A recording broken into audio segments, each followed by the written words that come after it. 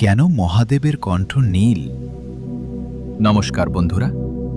দেব দানব যক্ষ রক্ষ সবার আরাধ্য তিনি দেবাদিদেব মহাদেব। কিন্তু কখনো কি ভেবে দেখেছেন কেন শান্ত মূর্তির এই দেবতার গলার রং নীল? কেন তাকে সারা বিশ্ব নীলকণ্ঠ নামে চিনে থাকে?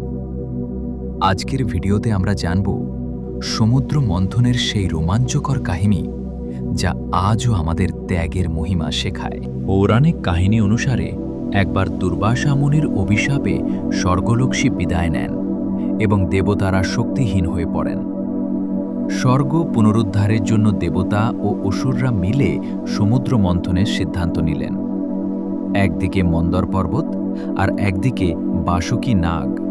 শুরু হলো অমৃতের সন্ধান। কিন্তু অমৃত পাওয়ার আগেই সমুদ্র থেকে উঠে এলো এক ভয়ঙ্কর বিষ, যার নাম হলাহল। সেই বিষের তীব্রতা এতই বেশি ছিল যে নিমেষের মধ্যে সারা সৃষ্টি ধ্বংস হওয়ার উপক্রম হল। দেবতা থেকে দানব সবাই প্রাণ ভয়ে কাঁপতে শুরু করলেন। সৃষ্টিকে বাঁচাতে দেবতারা ছুটে গেলেন দেবাদিদেব মহাদেবের কাছে। করুণা সিন্ধু শিব মুহূর্তকাল চিন্তা না করে সেই হলাহল বিষ পান করার সিদ্ধান্ত নিলেন। তিনি এক নিমেষে সমস্ত বিষ নিজের হাতে তুলে নিলেন।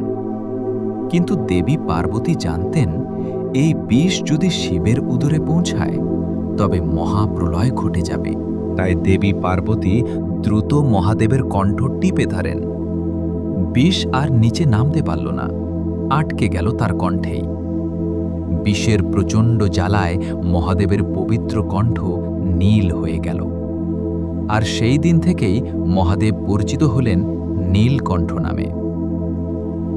মহাদেবের এই নীলকণ্ঠ আমাদের শেখায় যে জগৎকে রক্ষা করার জন্য বড় কোনো ত্যাগ করতে মহাদেব সবসময় প্রস্তুত। আজ এ পর্যন্তই।